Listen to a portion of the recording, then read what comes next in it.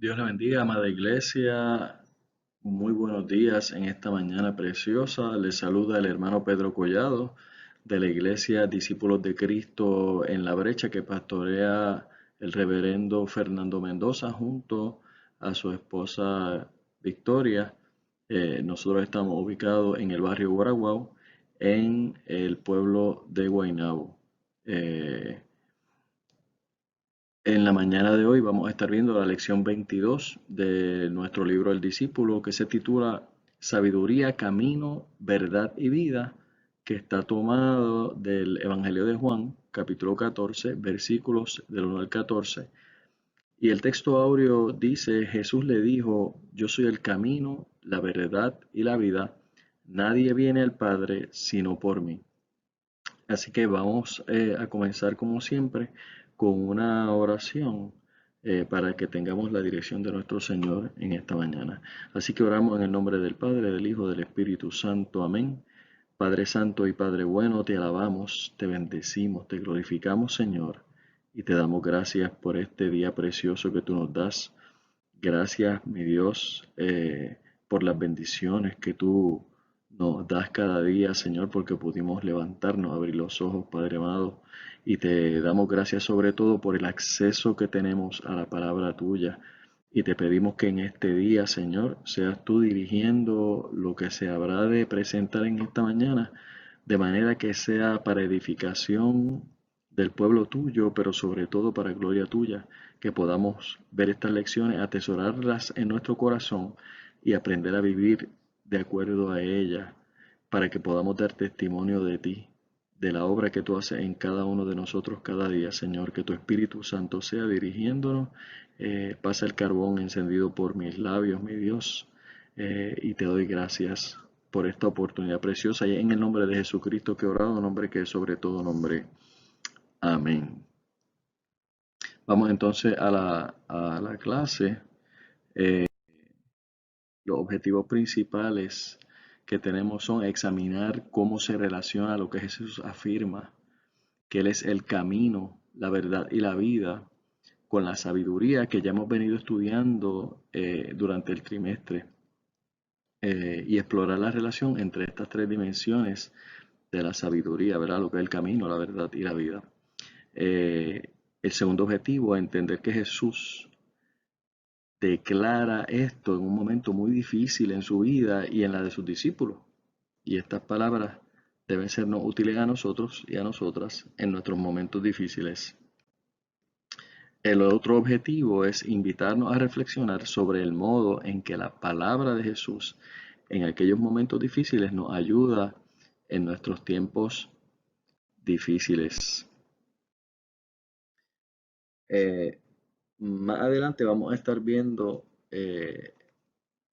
la importancia de la división de este texto, ¿verdad? Y él empieza con una exhortación a creer en Jesús, luego explica el propósito de su partida en los versículos 2 y 3, el camino, la verdad y la vida, que es el tema central que queremos presentar, ¿verdad? Esos tres aspectos de la sabiduría de Jesucristo, la petición de Felipe y el significado de pedir en el nombre de Jesús. Esa es la estructura básica que tiene el texto, ¿verdad? Vamos a estar viendo a través de la lectura el personaje de Tomás. Nosotros hemos visto en múltiples ocasiones quién es Tomás. Los reconocemos mayormente porque fue la persona que fue incrédula, que dijo que tenía que ver a Jesucristo para creer y que tenía que meter su mano en sus heridas. Y así fue, ¿verdad? Tuvo esa oportunidad y por eso es que es más reconocido. En el caso de el Felipe que aparece en este relato, pues el discípulo de Jesús, no hay eh, mucho más detalle sobre Felipe. En el libro del discípulo, pues va a haber una serie de personajes, ¿verdad? Que le enseñan ahí que también se llamaban Felipe, que aparecen en la Biblia, pero que no son el mismo Felipe del que habla el Evangelio de Juan. Vamos a hablar entonces un poquito sobre el Evangelio en sí mismo, ¿verdad? Es importante que sepamos que este Evangelio fue escrito para creyentes no judíos. En otras palabras, no tenían la base de la Torá, no tenían la base necesariamente de la historia de la iglesia, que no fuera contada a través de otros creyentes, o que pudieran tener acceso a esos rollos. Y, y fue escrita para no creyentes de diversos orígenes y que estaban influenciados por filosofía griega. Eso es bastante parecido a nosotros. Nosotros no somos de origen judío, somos gentiles y estamos influenciados por diversas filosofías continuamente en la actualidad, y que impactan nuestro entendimiento de quién es Jesús y de la fe. Así que en ese sentido, al pueblo que fue dirigido este evangelio es bien parecido a nosotros el día de hoy. ¿Cuál es el propósito de este evangelio? El propósito en el evangelio de Juan aparece en el mismo evangelio de Juan en el capítulo 20, versículos 30 al 31. Y el propósito es que creamos que Jesús es el Cristo, el Hijo de Jesús, y que para que creyendo tengamos vida en su nombre, ¿verdad? Que tengamos vida en su nombre. Y recalco esto porque es parte de la expresión que está como eje central de la lección del día de hoy. Vamos a ir un poquito sobre la estructura del Evangelio. Es importante que la veamos y que para tener un entendimiento de lo que Jesús está hablando en la clase de hoy, nos va a hacer mucho sentido cuando tengamos la estructura de este Evangelio, ¿verdad? El Evangelio empieza con una introducción donde nos deja ver, ¿verdad? En el principio era el verbo era con Dios y el verbo era Dios, y todas las cosas por él fueron hechas, ¿verdad? Ese es el principio de este Evangelio, y que está en una introducción en el capítulo 1, del versículo 1 al 18, y establece la unidad, ¿verdad? De Dios, ¿verdad? Que Jesucristo mismo es Dios, ¿verdad? El verbo encarnado. En el capítulo 1, versículos del 19 al 51, entonces comienza el ministerio de Jesús. Ahí vemos la aparición de Juan el Bautista y vemos el bautismo de Jesús que da inicio a ese ministerio de Jesús, ¿verdad? Del capítulo 2 al capítulo 12 se nos presenta en el Evangelio el ministerio de Jesús. Se nos presentan todas esas cosas que Jesús hizo, que está desde las bodas de Caná. Tenemos la sanidad de un paralítico, tenemos cuando Jesús saca de la iglesia a los comerciantes que estaban allí haciendo negocio, ¿verdad? Y él purifica el templo. Tenemos la multiplicación de los peces y los panes cuando Jesucristo toma lo que quizás para muchos parecía que era poco, y eso puesto en las manos de Jesucristo se hace mucho, y da para alimentar a todos y todas. Cuando Jesucristo sana a un hijo de un noble que no era judío.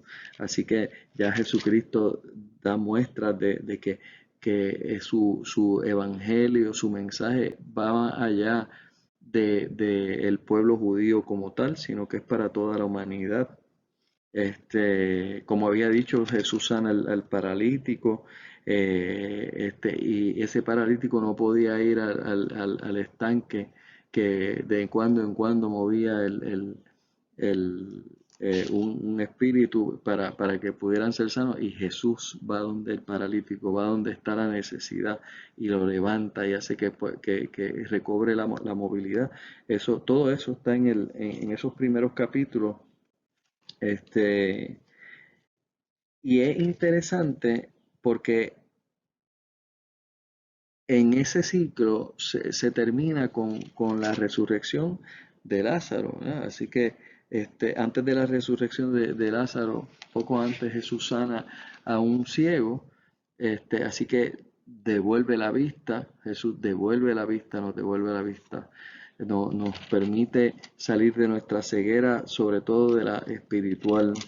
Y finalmente está la resurrección de Lázaro. Así que el Cristo de la gloria en ese evento de Lázaro demuestra su total humanidad, porque dice que Jesús lloró. Ahí es que encontramos el versículo más corto que está en la palabra. Jesús lloró, demostró totalmente cuán humano era, pero a la vez demostró el poder completo, pleno de Dios al tener el poder de resucitar. Después ya era el cuarto día, dice la palabra, que ya olía mal el cuerpo, pero Jesús lo levanta. Así que el poder de devolver la vida que tiene Jesucristo queda ahí manifestado. Así que podemos ver en esos primeros capítulos todo el actuar de Jesús, que nos da testimonio y nos enseña, ¿verdad? Cómo debemos vivir la vida cristiana. Luego de eso, aparece la última semana de Jesús, que empieza en el capítulo 13, versículo 1, termina en el 19:42. Ahora, del capítulo 13 al capítulo 17 tenemos la cena, esa última reunión con sus discípulos antes de la crucifixión, donde se da la cena del Señor, y es el Evangelio que nos habla más de ese evento, da una descripción completa. Empieza con el lavatorio. Jesús le lava los pies. Ahí está el evento que Pedro no quería. Y entonces ahí Jesús empieza a hablar sobre su muerte inminente, y dice que uno de ellos le va a traicionar, que era Judas, y dice que otro le va a negar, que era Pedro. Eso está en el capítulo 13, pero en ese capítulo 13 nos encontramos con que Jesús les da un nuevo mandamiento, ¿verdad? Un mandamiento nuevo os doy, que os améis unos a otros, como yo os he amado, que también os améis unos a otros. En esto conocerán todos que sois mis discípulos, si tuvierais amor los unos con los otros. Así que le está diciendo en ese momento que si no demostramos amor al prójimo, no somos de Jesucristo, ¿verdad? Si demostramos amor al prójimo, estamos siguiendo la enseñanza, el mandamiento que Él nos dio, una ordenanza de Jesucristo, y entonces estamos demostrando que somos discípulos suyos. La palabra de Dios nos dice que si amamos a Dios sobre todas las cosas, ¿verdad? Y esto lo dijo Jesús mismo, si amamos a Dios sobre todas las cosas y al prójimo como a nosotros mismos, en eso se cumplen toda la ley y los profetas, ¿verdad? Ese es el preámbulo del capítulo 14, que es donde estamos, imagínense, estamos metidos en ese evento de la Cena del Señor. Están todos los discípulos reunidos con Jesucristo. Jesucristo le está diciendo, hablando de su muerte inminente, está diciendo que uno de ellos lo va a traicionar, está diciendo que otro le va a negar, específicamente Pedro. Y entonces hay una crisis, hay un sentido de crisis en esos discípulos. Nos vamos a quedar sin nuestro Señor, ¿verdad? Y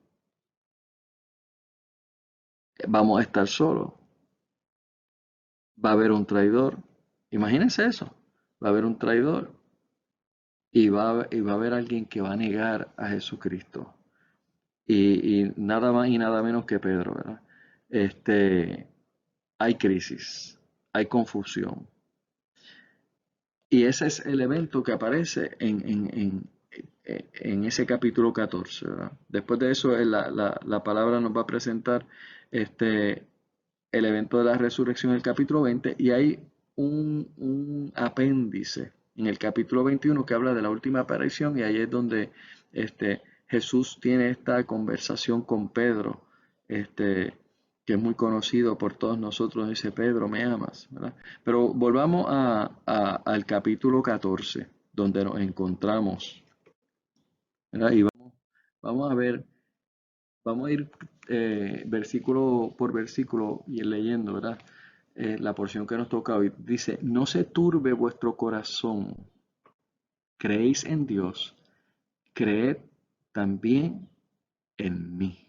En medio de la crisis, Jesucristo le está diciendo a los discípulos que no se turbe vuestro corazón, que su corazón no esté inquieto, que su corazón esté en paz. Para tener esa paz, tenemos que creer en Dios. Y cuando creemos en Jesucristo, creemos en Dios. Creed en Dios, creed también en mí. Porque todo lo que dice Jesús es palabra de Dios. ¿Verdad? Jesús es Dios encarnado. Y lo que dice Jesús, si nosotros lo creemos, permite que nuestro corazón no se turbe. Así que no es solamente creer que Dios existe, no es solamente creer que Jesús vino y se sacrificó por nosotros y a través de esos sacrificios somos salvos, ¿verdad? Podemos creer que ese evento ocurrió, podemos creer que esas cosas son ciertas, pero es no solamente creer que eso es, sino que creamos en el mensaje de Jesucristo.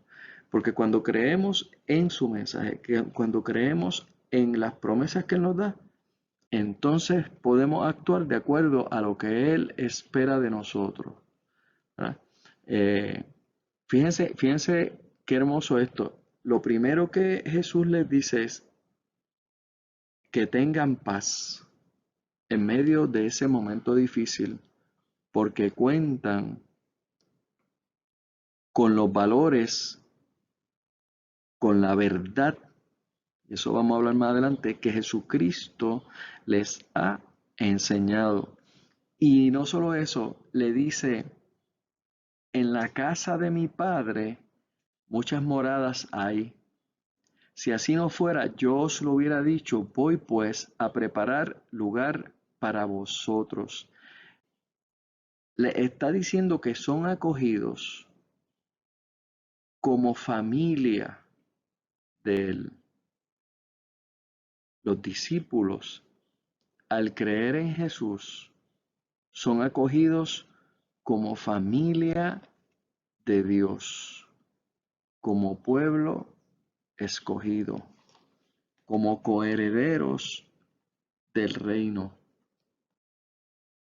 Y dice en el versículo 3, y si me voy y os prepare lugar, vendré otra vez y os tomaré a mí mismo para que donde yo esté, vosotros también estéis. Así que Jesucristo está diciendo que somos acogidos como familia suya en la casa del Padre y que Él nos está preparando un sitio para que estemos con Él. ¿Ah? Eso es una expresión hermosa de esperanza y que nos hace saber que no estamos solos, sino que somos parte de la familia de Dios. Y ahora yo le voy a decir que formar parte de la familia de Dios es como esto va a sonar un poquito gracioso, es como Spider-Man, ¿verdad? Si usted tiene un gran poder, pues tiene una gran responsabilidad. Así que cuando somos llamados familia de Dios, somos hijos de Dios, que bueno, es muy hermoso, claro que sí, nos da esperanza, pero te conlleva una gran responsabilidad y tenemos que ejecutar esa responsabilidad de acuerdo a lo que somos, ¿verdad? Ahora, seguimos, ¿verdad? Porque Jesús dice inmediatamente que da ese sentido de familiaridad, de que somos familia suya, de que los discípulos son familia suya, de que el que cree en Él debe estar tranquilo y en paz, este, y que forma parte de la familia de Dios, le dice, y sabéis a dónde voy y sabéis el camino. Fíjense esto. Entonces le dijo Tomás, ¿verdad? El que nosotros eh, identificamos como que fue incrédulo. Y a veces somos bien duros con Tomás, pero ¿cuántas veces nosotros somos iguales, ¿verdad? Necesitamos alguna señal para creer. Le dice Tomás, Señor, no sabemos a dónde vas. ¿Cómo pues podemos saber el camino? Jesús le dijo, yo soy el camino, la verdad y la vida. Nadie viene al Padre sino por mí. Cuando hablamos de Jesucristo, para encontrarnos con Jesucristo, lo hacemos en el caminar. ¿Y en el caminar de qué? De nuestra vida. Solamente conocemos a Jesucristo a través del camino y lo vamos conociendo cada día más. Las experiencias de vida eh, que nosotros tenemos al lado de Jesucristo pasan todos los días de nuestro caminar cristiano. No es un evento de un instante, es un evento de vida, es un evento de despertarnos cada mañana y confiar en Jesucristo y saber que sus misericordias se renuevan cada mañana y cada día empezar nuevamente. Nos levantamos con Cristo y cada noche que nos acostamos es como si muriéramos en Cristo. Nos acostamos y al otro día se renueva esa esperanza de vida donde buscamos actuar conforme a sus preceptos y experimentar su presencia en nuestra vida, ¿verdad? Y eso lo hacemos todos los días en el caminar de nuestra vida y vamos alimentando nuestra fe que va creciendo con cada experiencia vivida, positiva o negativa, porque las experiencias son experiencias o tienen que ser experiencias de crecimiento. Unas que son más fáciles de absorber porque inmediatamente generan gozo y otras más difíciles de absorber porque puede que generen dolor, sufrimiento, pero eventualmente nos servirán para, para ser fieles, perseverantes y consistentes. Nos hace más fuerte la experiencia difícil y nos permite experimentar cómo Dios se glorifica en nuestras vidas. Y eso se hace a través de nuestro caminar en Cristo, creyendo la verdad de los principios que Él nos ha enseñado, porque la palabra de Jesucristo es verdad. Y solamente podemos caminar ese camino seguros, en paz, sin estar turbados. Solamente podemos seguir ese camino agarrados de Dios, conociendo su verdad. Y esa verdad lleva a la vida, a que podamos vivir plenamente en paz. La gente habla de que yo quiero ser feliz y la felicidad no es un estado, es un sentimiento. Me siento feliz. Pero puede ser, haber momentos que usted se sienta feliz, a veces que se sienta triste. Pero la paz es un estado. Usted se siente en paz, usted vive en paz, usted tiene una sensación de estabilidad eh, que es real, no es simplemente un sentimiento. Cuando usted está en Cristo, a pesar de las circunstancias, usted sabe que está sostenido por la mano de Jesucristo, o sostenida, ¿verdad? Por la mano de Jesucristo, y usted tiene una vida estable, donde puede tomar decisiones correctas, porque van dirigidos de los preceptos de Dios y usted anda confiado o confiada de que el resultado va a ser bueno porque está actuando conforme a esas enseñanzas de Dios y usted siente que su vida es plena. Usted no anda asustado, usted o asustada, usted no anda nervioso o nerviosa, usted anda seguro o segura. Eso es un estado. Independientemente que se sienta, se puede sentir triste. Si alguien se nos muere, uno se siente triste. La pérdida, la tristeza, las situaciones que nos agobian, que vemos día a día en la televisión, cómo el ser humano maltrata al ser humano y cómo en vez de crecer y tomar acciones que corrijan los errores, repiten lo que se criticó y se vuelven a hacer injusticias contra otros seres humanos. Eso lo vemos todos los días. Pero cuando nosotros andamos en la verdad de Cristo, cuando estamos caminando el camino junto a Cristo, podemos ver la vida cuando en amor nosotros compartimos con el prójimo, estamos atentos a las necesidades del prójimo, lo ayudamos a levantarse, somos vehículos para que conozcan que pueden ser reedificados, pueden ser restaurados, pueden ser levantados y levantadas, y que pueden tener vidas plenas. Cuando andamos en ese camino, nosotros vemos cómo la vida renace, cómo la vida vuelve a esos huesos secos, ¿verdad? Como nos dice el Antiguo Testamento, podemos ver cómo se levanta el ser humano, que es lo que Jesucristo quiere de cada uno de nosotros, ¿verdad? Que seamos reedificados, que seamos levantados, que seamos hechos otra vez nuevas criaturas. Y entonces vemos cómo la vida se da.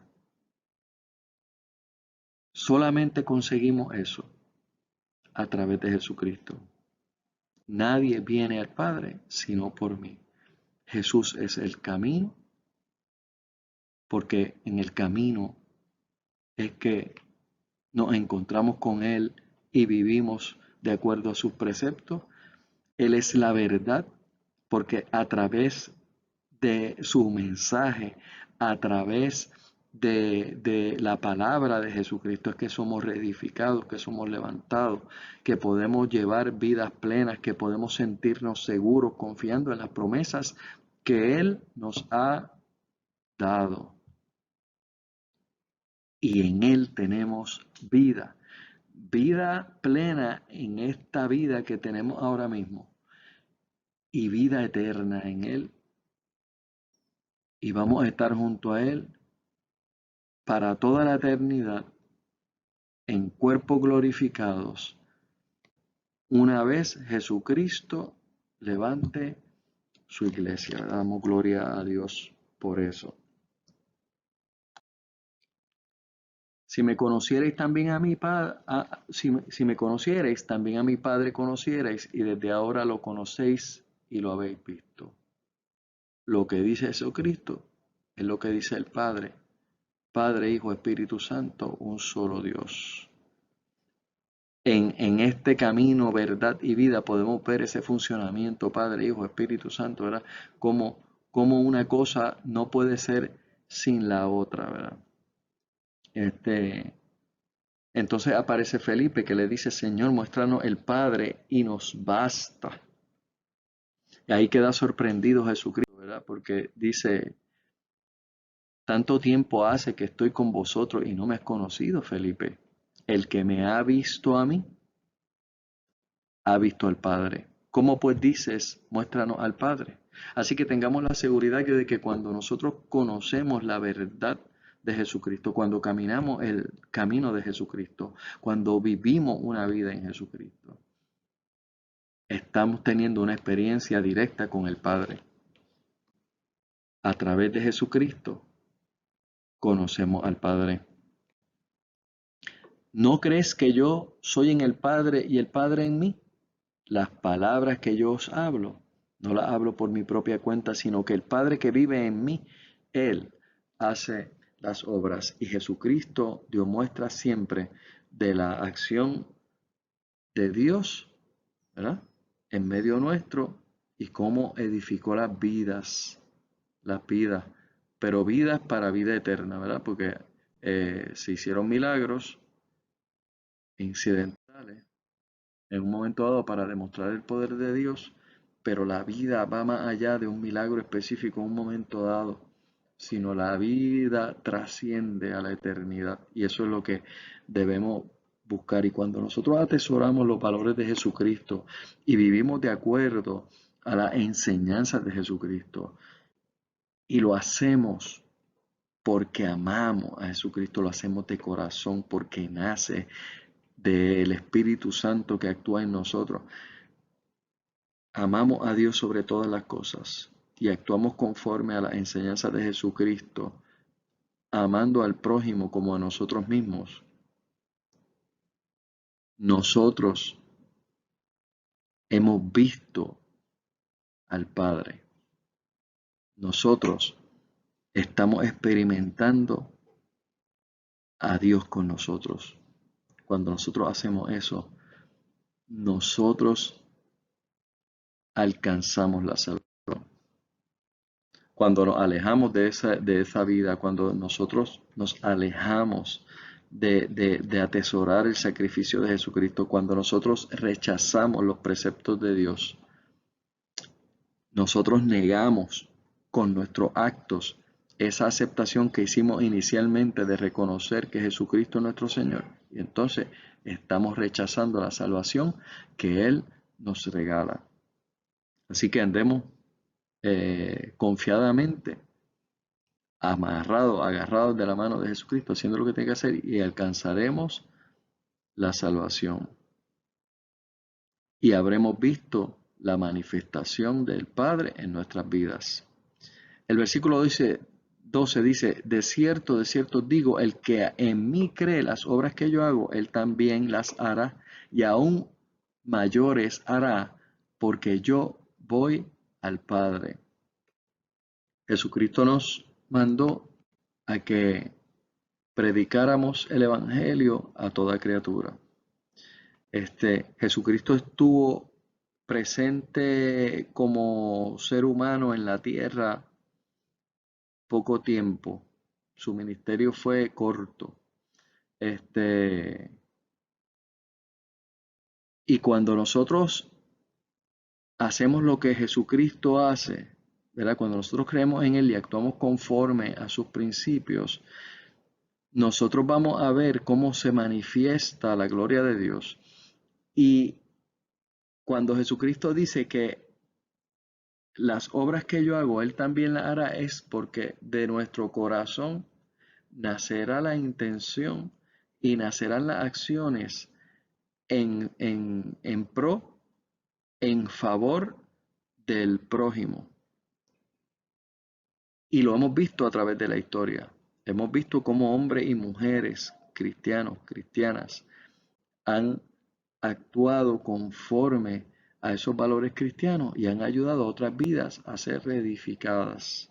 Hemos visto cómo familias han sido restauradas, hemos visto cómo familias han sido sanadas integralmente. Hemos visto milagros, ¿verdad? Hemos visto sanidades, hemos visto cómo finanzas de personas han sido restauradas. Hemos visto cómo personas que estaban enfrentando eventos legales donde era inminente que iban a estar encarcelados, Dios ha provisto la libertad. Pero esos son casos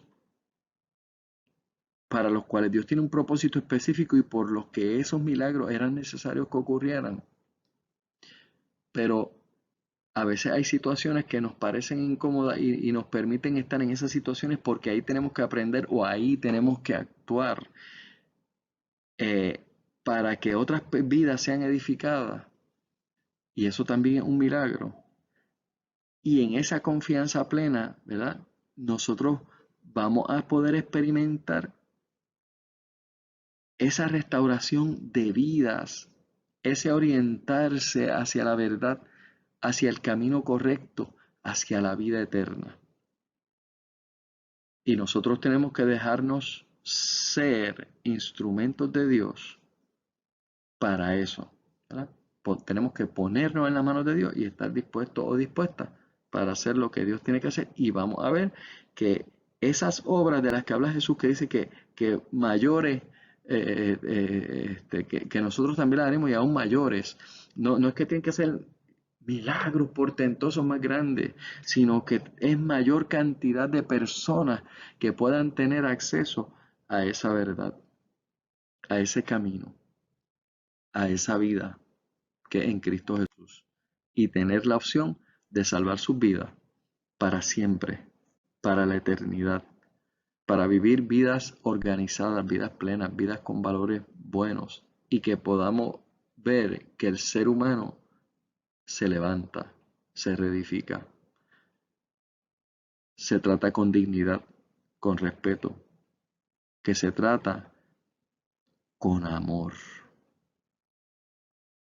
Todo lo que pidáis al Padre en mi nombre lo haré para que el Padre sea glorificado en el Hijo. Si algo pedís en mi nombre, yo lo haré. Jesucristo hará todo lo que pidamos en nombre de Jesucristo y que sea conforme a los propósitos de Dios. No le pidamos a Dios que haga algo que dañe a alguien para nuestro beneficio. No le pidamos a Dios que fructifique una acción ilegal. No le pidamos a Dios cosas que están alejadas de los propósitos de Dios. El Espíritu Santo intercede con gemidos indecibles por nosotros. Nosotros a veces no sabemos qué pedir. Muchas veces no sabemos qué pedir.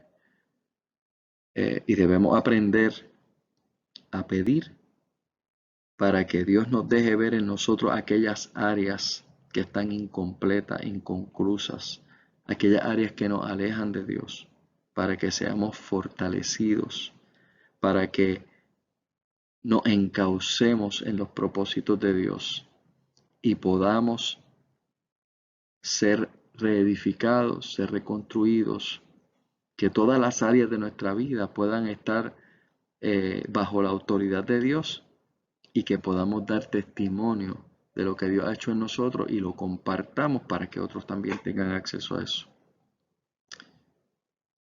Pidamos correctamente.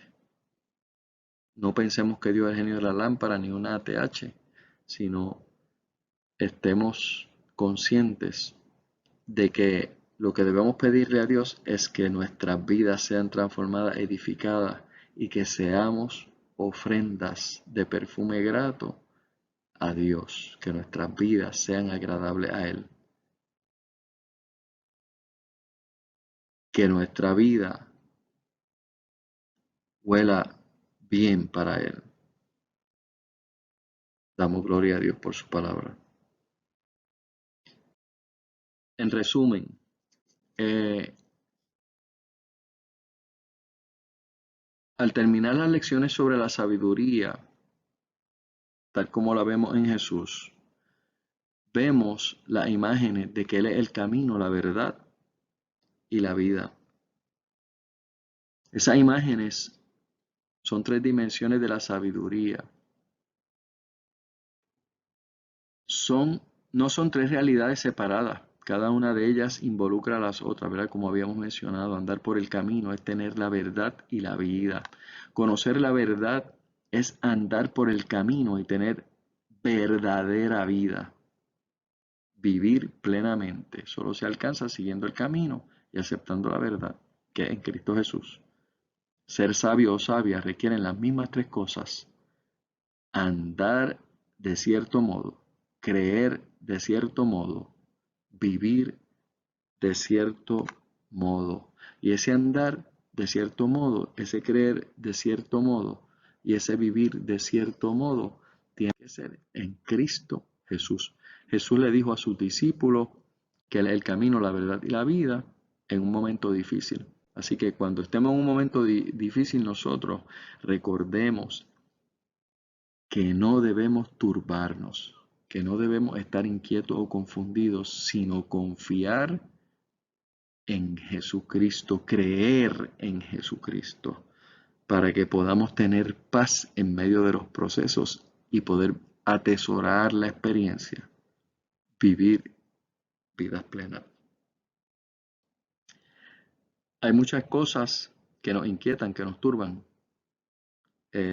Las situaciones que estamos viviendo en el país, las situaciones que está viviendo la iglesia, este COVID, ¿verdad? Que nos afecta, nos inquieta.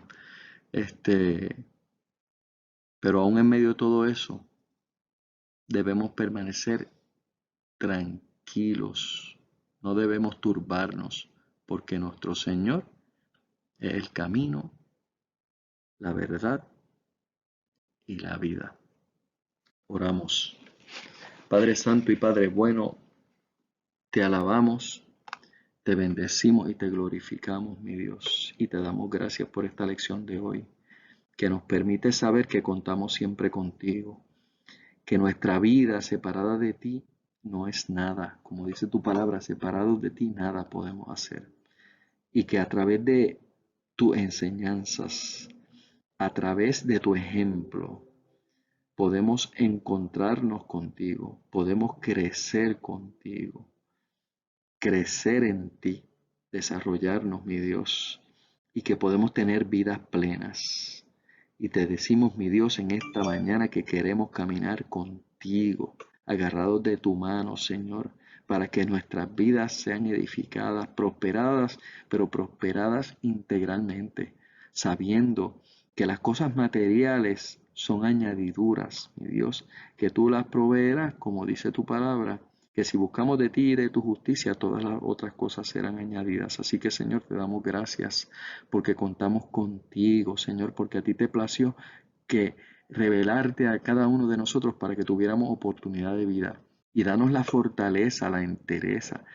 Pon en nosotros el deseo, Señor, de coger esta palabra que tú nos has dado, con la cual nos has levantado, y que podamos compartirla con todos los seres humanos con los que nos encontremos y ayudar a que ellos también puedan tornar la mirada hacia ti, tener esta experiencia maravillosa de no tener miedo, de no estar inquietos porque tú estás con nosotros, Señor. Yo te doy gracias, Padre, por esta clase, mi Dios, por esta oportunidad de tener este encuentro con esta porción bíblica que nos recuerda, que nos hace saber que tú nos das todo lo necesario para tener una buena vida y alcanzar la eternidad contigo, Señor, siempre y cuando hagamos tu voluntad.